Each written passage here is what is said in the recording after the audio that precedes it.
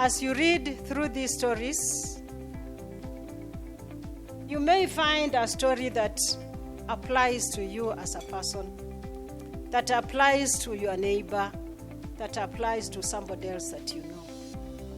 I remember as a young magistrate, I did one case where some people had broken into a factory in the industrial area, and they entered through the roof. So when I went home that night, we were living in a maisonette in one of the estates here. That night, I felt those men were going to come into our house. I didn't sleep because it looked so real and so close. So those are the experiences that we carry with us wherever we go. And so after doing a few of these cases, most of them, let me say, I decided, how can the outside world come to know about these stories? Because the stories took place in homes.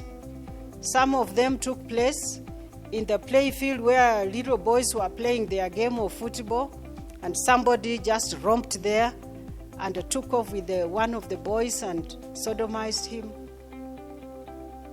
Some of the stories were just on the footpath where our children walk daily. Those of us in the city don't know, but those of us who have grown up in the city know what it means to walk from home to school, maybe covering 3 kilometers, and you're all by yourself most of the time. Those stories, those incidents take place there. So I asked myself, how can people get to know about these things? So this story says something to us. It is not the work of a genius.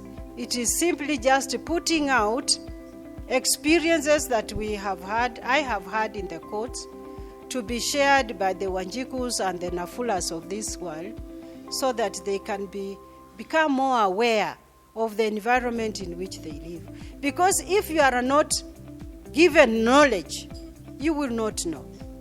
In my mother tongue we say, you can only do that which you know. So for us who are here this morning, I am glad that we all know these things, that we appreciate them, and that we are the ambassadors of the good that still remains in society.